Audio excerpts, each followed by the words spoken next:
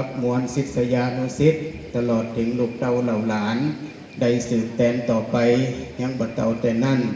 หากมวลภูคาทั้งหลายจะได้เกยประมาทพลัดพลั้งล่วงเกินจะโดยกายกรรมวจีกรรมมโนกรรมทั้งต่อหน้าและรับหลังจะได้ตั้งใจก็ดีก็ได้ตั้งใจก็ดีบัดนี้ภูคาก็ได้น้อมยังเครื่องสักการะบูชาเป็นต้นว่าเขาตอกดอกไม้ลำเตียนน้ำเขามินสมปล่อยเครื่องสักการะบูชาเพื่อจะได้มาขอสุมาการวะเป็นโอกาสวาระสุดท้ายก็ขอให้ตุอาได้มาหับแล้วก็ขอให้อโหสิกรรมคือแก่มวลภูคาทั้งหลายแล้วก็ขอดวงวิญญาณของตุอาได้ไปสู่สวงสวรรค์สัมปรายภพตามคติวิสัยต่อไปณบัดนี้พระสงฆ์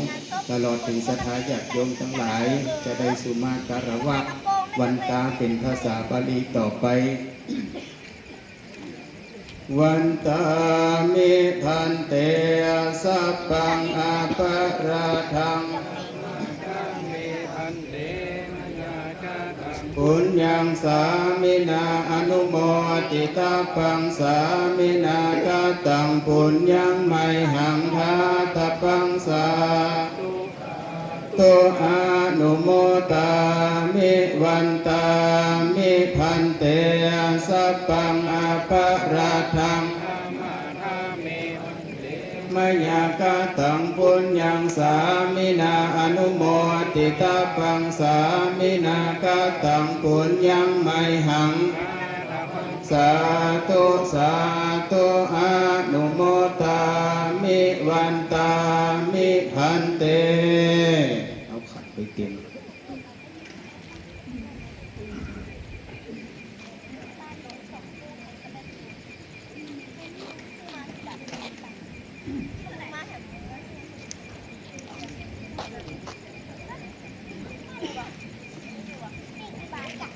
สัพพังอาปาราทังกัมมาตะเมปันเต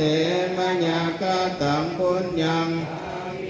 อนุโมติตาปังสามินากาตังปุญญังไมหังทาตปังสาธุอนุโมตามิสาธุโอกาสะขมามิพันเตสาธุโอกาสะขมามิพันเตสาธุโอกาสะขมามิพันเตวันตามิพันเตสัพพังอาปาราทัง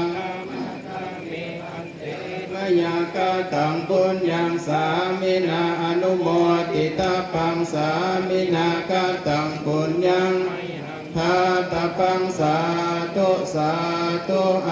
นุโมตา